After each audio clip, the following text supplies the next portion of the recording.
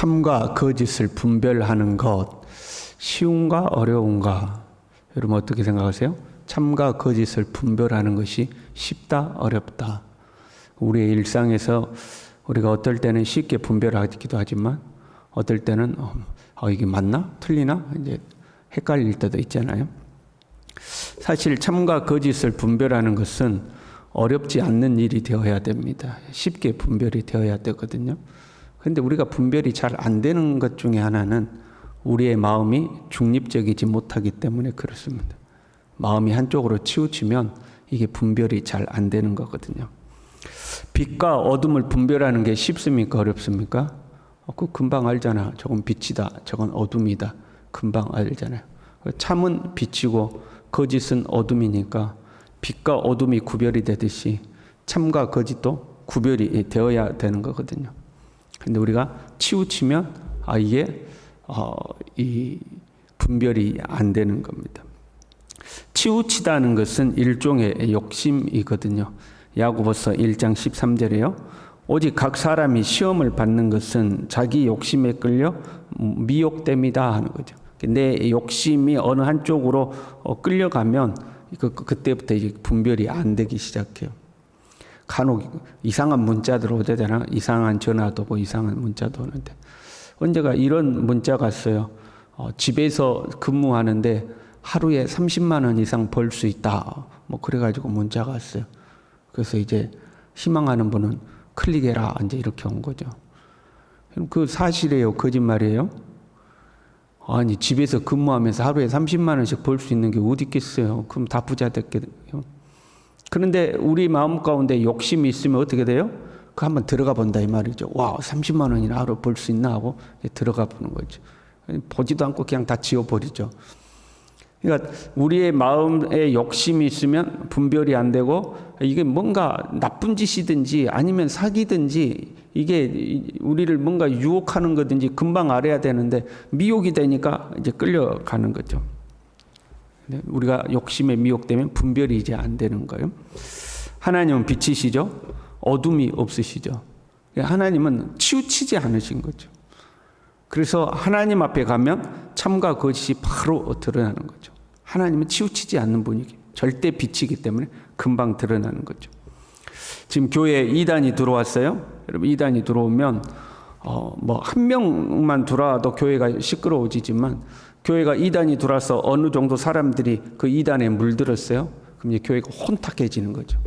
내가 옳다, 네가 옳다, 갈등해요, 싸워요. 그럼 이제 분별이 안 되는 거죠. 누구 말이 옳으냐, 저 말이 옳으냐, 이 말이 옳으냐. 분별이 안 되기 시작해요. 왜? 두 편으로 나눠져 있으니까요. 치우쳐 있잖아요. 그러다가 나중에 감정 싸움이 돼요. 처음에는 네 말이 맞다, 내 말이 맞다 하다가 나중에 이제 감정 싸움이 되거든요. 그럼 그때는 진짜 이제 분별이 안 되는 거예요. 그렇잖아요. 내 감정이 들어가기 시작하면 그때부터는 맞고 틀리고가 없어요. 그냥 감정으로 이제 싸우게 되는 거죠. 우리가 감정이 들어갔다 이제 완전히 치우쳐 버린 거거든요. 그 나중에 이제 물리적으로 싸우기까지 하는 거죠. 교회가 그렇게 혼탁해지는 거죠. 지금 본문의 교회에도 이단들이 들어왔어요. 지금 요한 사도는 적그리스도라고 불렀죠. 적그리스도들이 이제 들어온 거예요. 그 어떻게 분별할 거냐? 이단인지 아닌지 어떻게 분별할 거냐? 4장 2절에는 이렇게 말씀했죠. 예수 그리스도께서 육체로 오시는 것을 부인하면 그 이단이다. 지금 영지주의 이단들을 대상으로 하고 있기 때문에 그 말씀했어요. 그리고 4장 15절에 가면 누구든지 예수를 하나님의 아들이라 시인하면 하나님이 그 안에 계신다. 그리고 5장 1절에 가면 예수께서 그리스도이심을 믿는가 이렇게 돼요. 그러니까 세 가지로 분별하라 하는 거죠. 예수님이 육체로 오신 것을 믿느냐, 예수님이 하나님의 아들인 것을 믿느냐, 예수님이 그리스도인 것을 믿느냐 하고 그걸 확인하라는 거죠. 그래서 이단이다 아니다 분별하라는 거예요. 그러면 이단들이 이럴 수 있잖아요. 이제 본문은 특별히 영지주의자들 이단을 배경으로 하니까 이제 이렇게 말씀하시는 거예요. 우리도 믿어. 예수님이 육체로 오신 거, 우리도 믿어. 예수님이 하나님의 아들인 거, 우리도 믿어. 예수님이 그리스도인 거, 우리도 믿어. 그렇게 말할 수 있잖아요. 그러면 그것까지 어떻게 분별하느냐 하는 거죠. 거짓에 속한 자들에 대한 특징을 지금 요한 사도는 이야기해요. 앞부분에 뭐라고 그랬냐면 거짓에 속한 자는 불법을 행한다는 거예요. 거짓말을 하든지 불법을 행한다. 그리고 그들은 깨끗하지 않다. 그 이야기를 하는 거예요. 깨끗하냐? 그 불법을 행하냐? 이것들을 보라는 거죠. 그리고 그들에게서 나오는 것은 무엇이냐? 미움이 나온다는 거예요. 가인이 아벨을 핍박하듯이 이 불법에 속한 자들, 거짓에 속한 자들에게서는 미움이 나온다. 그리고 반대로 진리에 속한 자들에게서는 뭐가 나온다? 사랑이 나온다 하는 거죠. 그러니까 예수님이 육체로 오신 것을 믿느냐? 예수님이 하나님의 아들이신 것을 믿느냐? 예수님이 그리스도이신 것을 믿느냐? 그건 이제 우리가 어떻게 보면 이론적인 거잖아요. 교리적인 거잖아요. 그럼 믿어. 그런데 그들의 삶을 보는 거죠. 삶을 봤는데 그들의 삶에서 미움이 나옵니다. 거짓이 나옵니다. 불법이 나옵니다. 그러면 가짜다 이 말이에요. 그런데 그렇게 예수님을 믿으면서 그들에게서 사랑이 나온다 그러면 진짜다 하는 거죠. 그래서 3장에도요. 말과 혀로만 사랑하지 말고 행함과 진실함으로 사랑하자. 사랑을 지금 강조하죠. 그리고 오늘 본문에 왔어도요. 7절에요. 사랑하는 자들아 우리가 서로 사랑하자.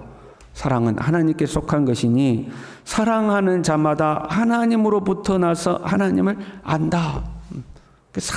사랑하는 자가 진짜 하나님께로부터 난 자들이다 하는 거죠. 본문은 두 가지 의미를 가지고 있어요. 먼저요, 이단이 들어와서 분쟁하고 분열하고 있어요. 그거 자체가 어둠이다 하는 거죠. 분쟁하고 분열하고 다투는 것 그 자체가 어둠이다. 빛은 뭐냐? 사랑하는 거다. 그래서 우리 서로 사랑하자 하는 거예요. 지금 교회에 이단들이 와서 이제 갈등이 있을 거 아니에요. 야, 그 자체가 잘못된 거다. 우리 서로 사랑하자. 사랑해야 하나님께 속한 거다. 사랑하자 하는 거죠. 광주에 예전에 이제 신천지가 한참 활발하게 활동을 지금 막 대놓고 하잖아요. 근데 과거에는 몰래 했잖아요. 몰래. 신천지 아닌 것처럼.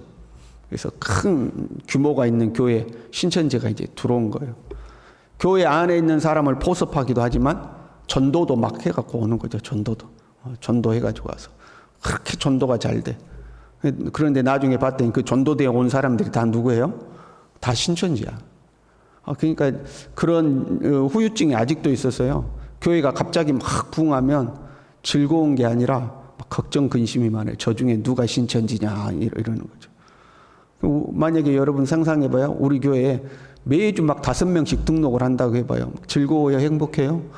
얼마나 좋겠어요. 그러면이 근데 좋은 것만 아닌 거예요.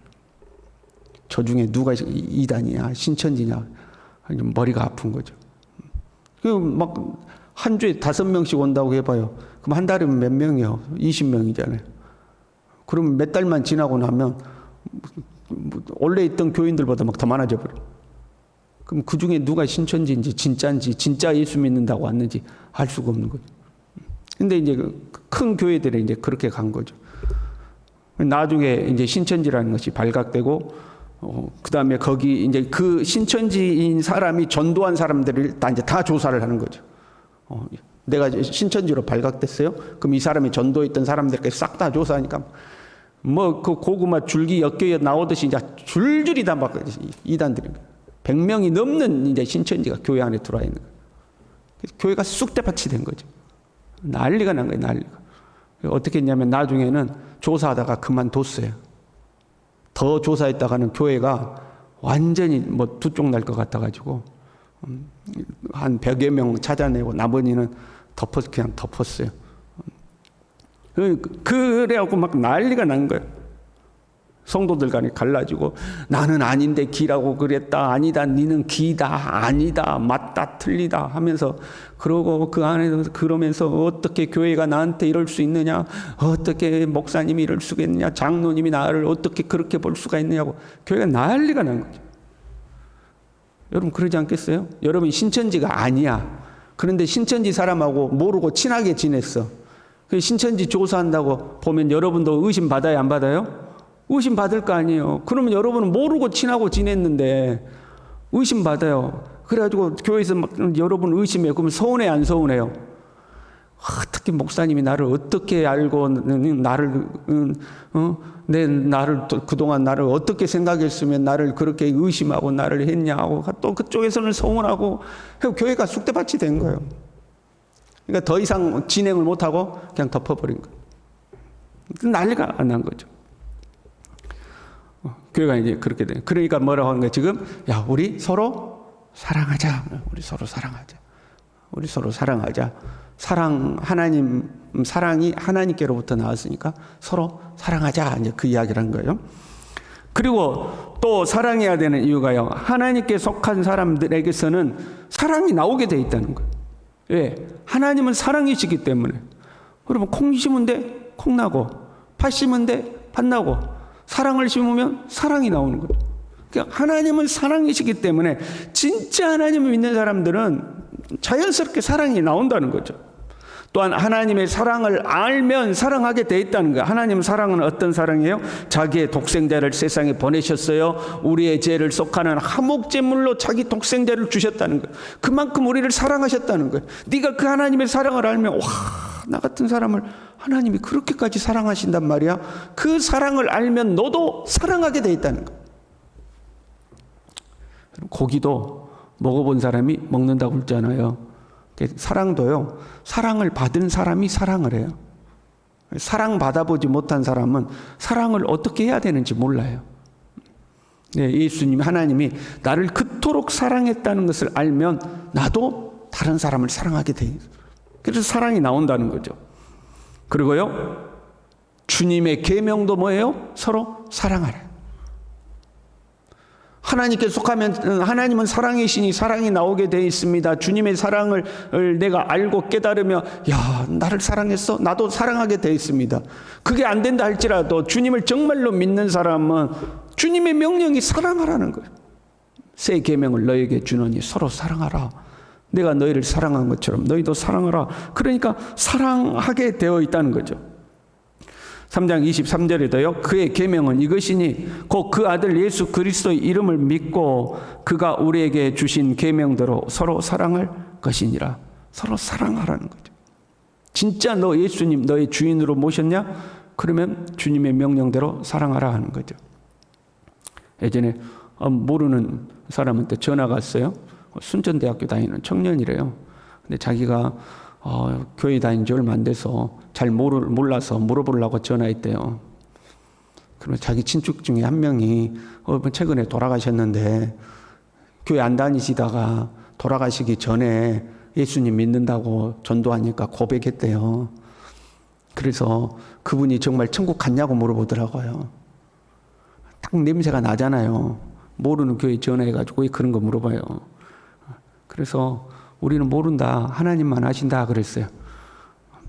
그 사람이 진짜 신앙이라면 이루하느라고 천국 갔겠죠. 그래야 되는데 딱 냄새가 나더라고.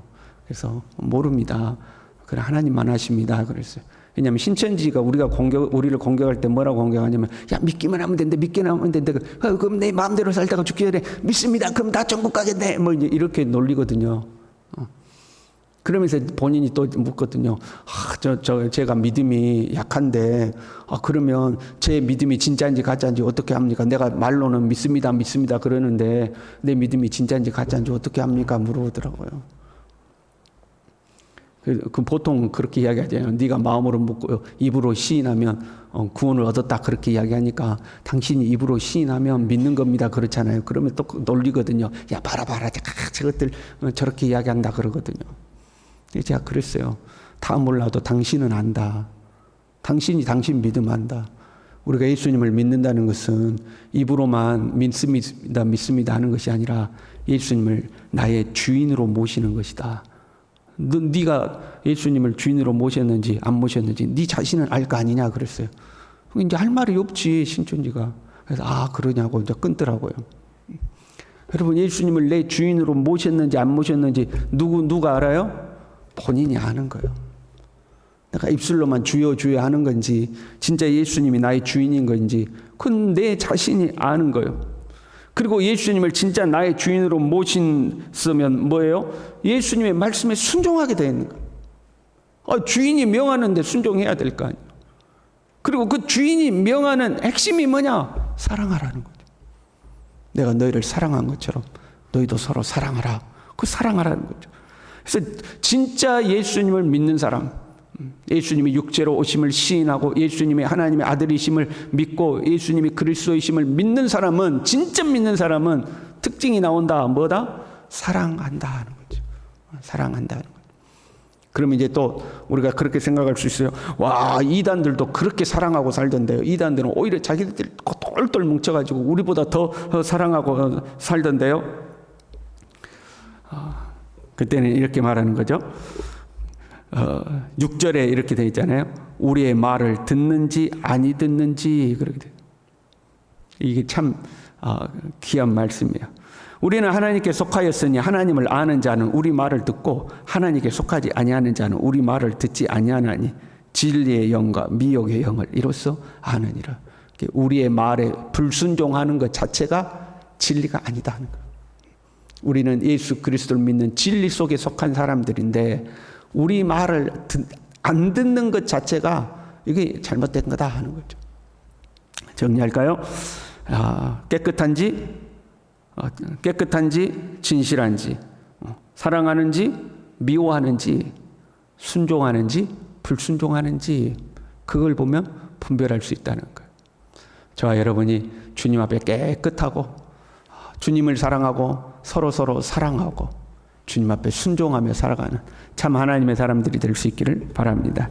기도하겠습니다. 하나님 아버지, 혼탁한 세상 가운데서 미혹되지 아니하고 우리가 참과 거짓을 잘 분별하며 살아갈 수 있도록 입술로만 주여 주여 하는 것이 아니라 우리의 모든 삶에서 사랑하며 살아가고 깨끗하게 살아가고 순종하며 살아가는 하나님의 사람들 다 될 수 있도록 우리 모두를 붙들어 주시옵소서. 예수님의 이름으로 기도 올리옵나이다. 아멘.